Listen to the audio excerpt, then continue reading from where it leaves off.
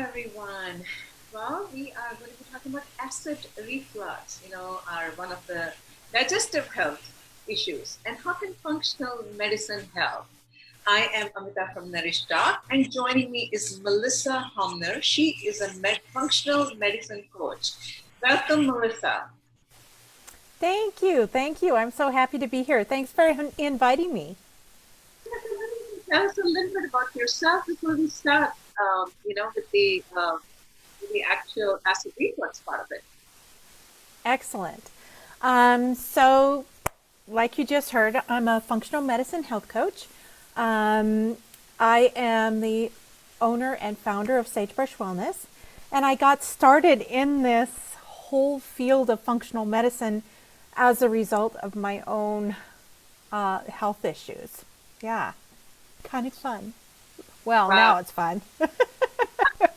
I bet when you were going through your issues, that was definitely not fun, and No. that's what led you Oh. to who you are now. So maybe tell us a little bit about what happened and what was just a very high level, and then how you found functional medicine. Sure. So I can smile about it now, but when I was 33, I was diagnosed with multiple sclerosis. And at that time, my whole left side was numb. Like I couldn't feel my hands, my legs, my feet. And my right side was starting to go numb as well. Dizzy, had a hard time getting around. Obviously, I had three little boys to try to take care of. Just my body was kind of falling apart. And I thought, when I got the diagnosis, I thought, oh, at least I know the name of whatever this is that I have, right? But I also knew what multiple sclerosis looked like because almost all the other gals in my family have it. So I really didn't know what to do. But as fate would have it, I found a functional medicine doctor who took an interest in my case and really helped me start getting better.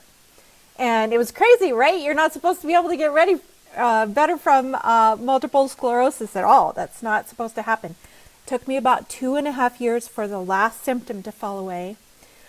But I'm still going strong. I'm right around 10 years in. It's been about 10 years since my diagnosis, and I'm going strong, and I just love it. That's amazing. That's an amazing story. Yeah, I don't want to go too much into the multiple sclerosis because the topic is on gastrointestinal diseases today. So let's switch to our topic, particularly about the acid reflux. So let's talk about that and what happens here. Awesome. Okay. So this is something that I see a lot in my practice. So one of the, well, you guys that have acid reflux know exactly what it feels like. But, after you eat, generally shortly after you eat, it just feels like your food is coming back up, right? And a lot of times it burns like crazy. And years of that can really damage that sphincter right there and actually damage your, your throat, the lower parts of your throat.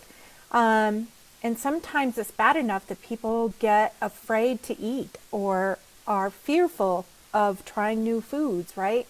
Because they don't know if their body is going to be able to handle it. Often we're told to take a PPI drug of some sort or, take Tums or Zantac or something like that when that's really not getting to the issue necessarily, and we need to dig deep and see what's going on for this specific person. Yeah. Wow, that's pretty bad. Sounds really bad. So let's talk about the reasons. Like, what are the possible reasons? Why does this Yeah. occur? Yeah. And I really like going through this just short little list because so often there's the assumption that acid reflux is from too much acid. That's it. That's end of story. But that's really not generally what's going on for people.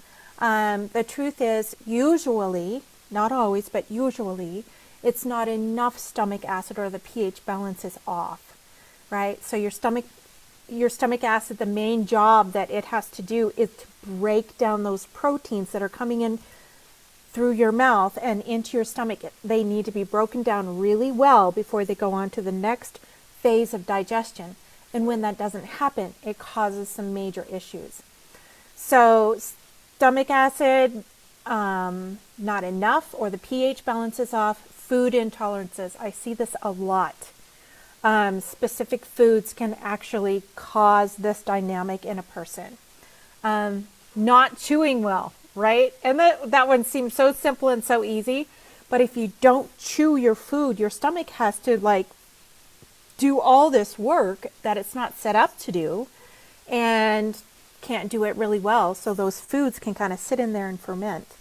Another one is eating while stressed or on the run. And this is something we do all the time, right? Especially us as moms. Oh my gosh, you're taking everybody to their practices and all this stuff. But when you eat in that space as part of your body's natural reaction, supporting you in this, I got stuff to do state, right? Your stomach acid production is naturally decreased. It's your body taking care of you, right? So when you can eat when you're in a relaxed state, that stomach acid production just naturally rises. Drinking too much with a meal. So when you have too much water or something liquid when you're eating a meal, just by virtue of, having more liquid in that stomach is going to create a more diluted stomach acid situation, right? So we want to make sure that stomach acid stays good and stout when you're eating your meal. Another one is the sphincter muscle, like if you want to call it the trap door, the flap right at the top of the stomach, can get weakened over time, especially if there's a tendency towards acid reflux. That can actually get weakened. Or there can be a hernia. It's not uncommon to have like a hiatal hernia, and that can also contribute to acid reflux.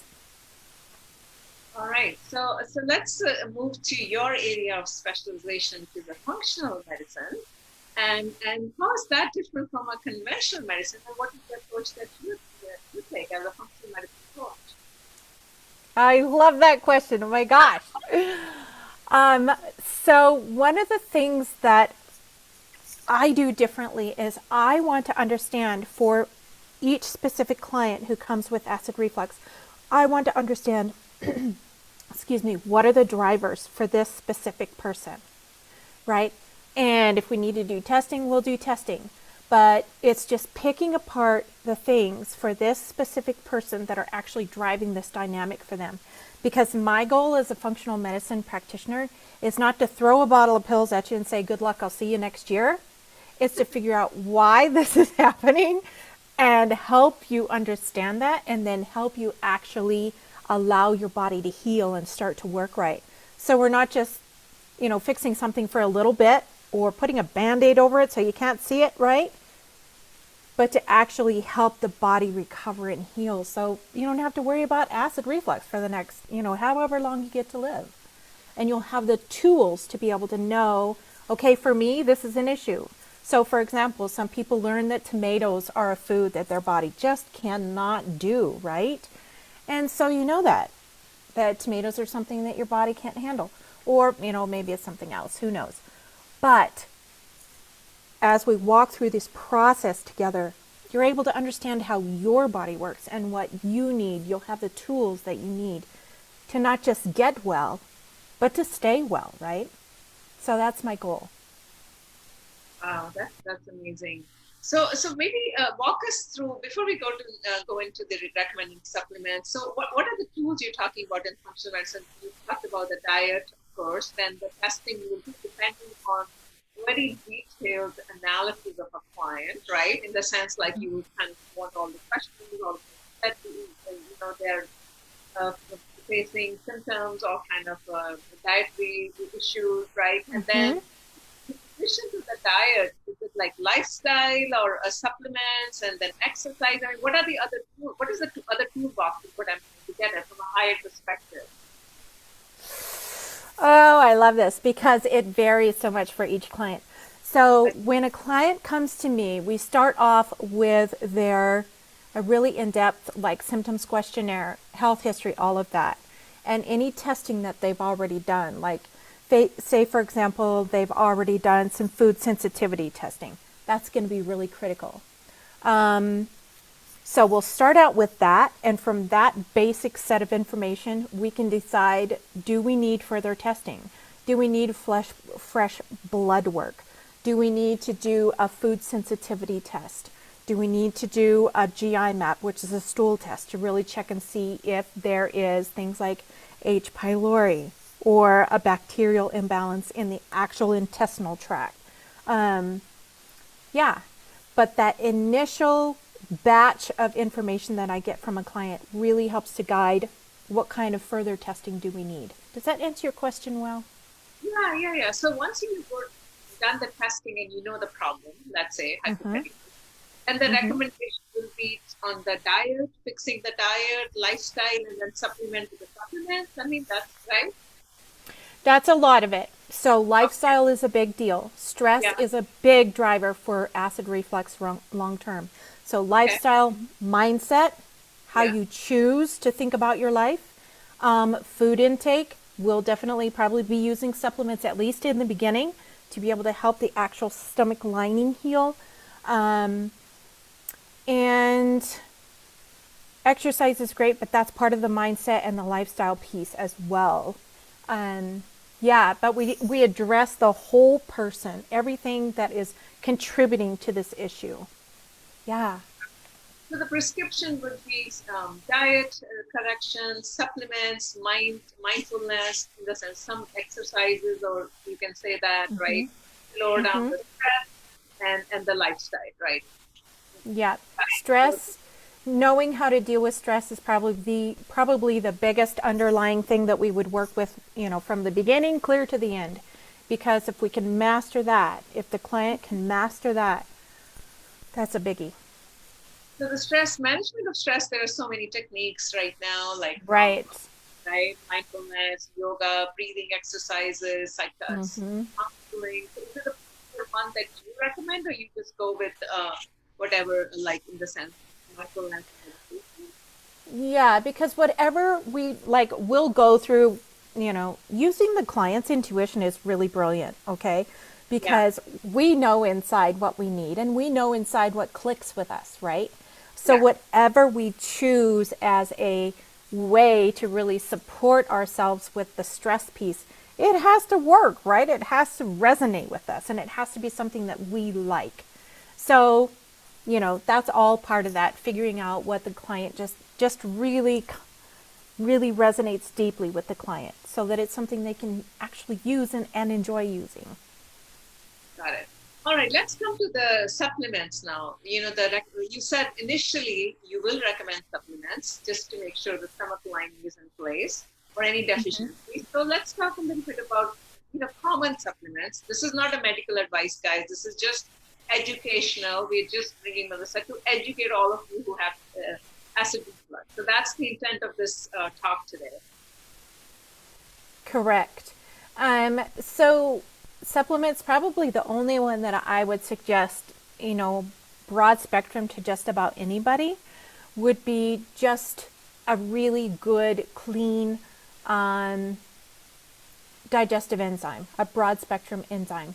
Generally, that is really, really well received by the body. It can really support the digestive system deeply, right? Until you figure out what's going on, until you can figure out what is actually driving this process for you, then that's something that can really help break down the food so your body's getting the nutrition that you need. And the other suggestions here, chewing, eating in a relaxed state, and limiting liquid intake with a meal. These are just basic things that anybody can do that can really actually make a huge difference in their acid reflux, how much their body is experiencing that. And the foods, what about is there a particular type of foods that people who have acid reflux, they should focus on? Yes. So especially when you're in the recovery phase, I really suggest well-cooked foods. And like for me, that's using my crock pot and making stews and soups and things that are really, really full of like root vegetables and some meats if you enjoy meats. But really getting like using a broth base, like bone broth is amazing to really help with this if your body does well with it. But just good cooked foods, not raw foods, and mildly seasoned. Nothing that's hot or spicy, because that's not going to support healing in that stomach lining at all. So yeah, pretty simple. Cooked foods and mild foods. But include as many vegetables and fruits, and there's no restriction, Yes. right? I would go gentle on the fruits simply because a lot of times when there's not good digestion happening, fruits can sometimes, if they're not cooked, especially fresh fruits, can cause some gas that can be quite uncomfortable. So yeah, once again, just stick with the cooked foods, but mostly vegetables and broths. Those are so delish. Yeah, and they feel good. Anything else you'd like to add before we wrap up today? Um, I don't think so. I think that we've covered this topic really, really well. But if anybody has questions, I love to hop on. We always offer a 20-minute free discovery call here at Sagebrush Wellness. You'll talk to me. I'm the gal that'll answer the phone. So if you have questions around this, please don't hesitate to give me a call because I love questions. Questions are like doorways, right? And I love being able to just dive in with you and figure out the answers. Yeah, well, thank you so much, Melissa, for being with us today. I really appreciate your help. I think functional medicine is the future of the medicine, Mm-hmm. definitely. And I don't know, the functional medicine and integrative medicine, I guess, they're two different things, similar. The future of the medicine, and that's what uh, we are propagating here at Nourish Talk is the natural medicine, functional medicine, and we're trying to show evidence and research and science, that it works and could have Yeah, an option, right? Like you did in your case. exactly. Yeah, yeah. And I like to say that we get to give people hope because I cannot tell you how many clients come into my office or we sit down and have a discovery session together. And they're like, oh my goodness, you mean I can actually get better? Yeah. And it's like you just handed them the best gift in the world to even be able to hope that there was a way to resolve their issue. Sorry. This is like a big deal for me. I mean, that's why I do this because Yeah. like Yeah. I just a little gal that I've been working with acid reflux, right, for about 8 months now. Just about hugged the life out of me last night. She was crying. She said, "Thank you for giving me my life back." So I My thought, God. oh my gosh, it's my pleasure, my dear. So that's why I do this. Yeah. Yeah. No, I think, and so many people, with the medication, a lot of people can have side effects. I mean, I know if I take medication, I don't know, some things start going out of whack in my body. And I don't know out of whack. And the natural medicine, that's the whole point is that we all Exactly. take care of ourselves Mm-hmm. using both prevention tools and functional Mm-hmm. like that. Exactly. Very well said. Very well said. Well, thank you so much, Melissa, for being with us. To all our viewers, if you have any questions, we are doing the FB Live at an odd time today. I know that. But if you have any questions when you watch this video, let us know your feedback. Let us know your questions. We are here to answer. With that, I'd like to wrap up this session. Thank you so much, Melissa, for being with us. Bye-bye now. Oh, you're so very welcome. Bye.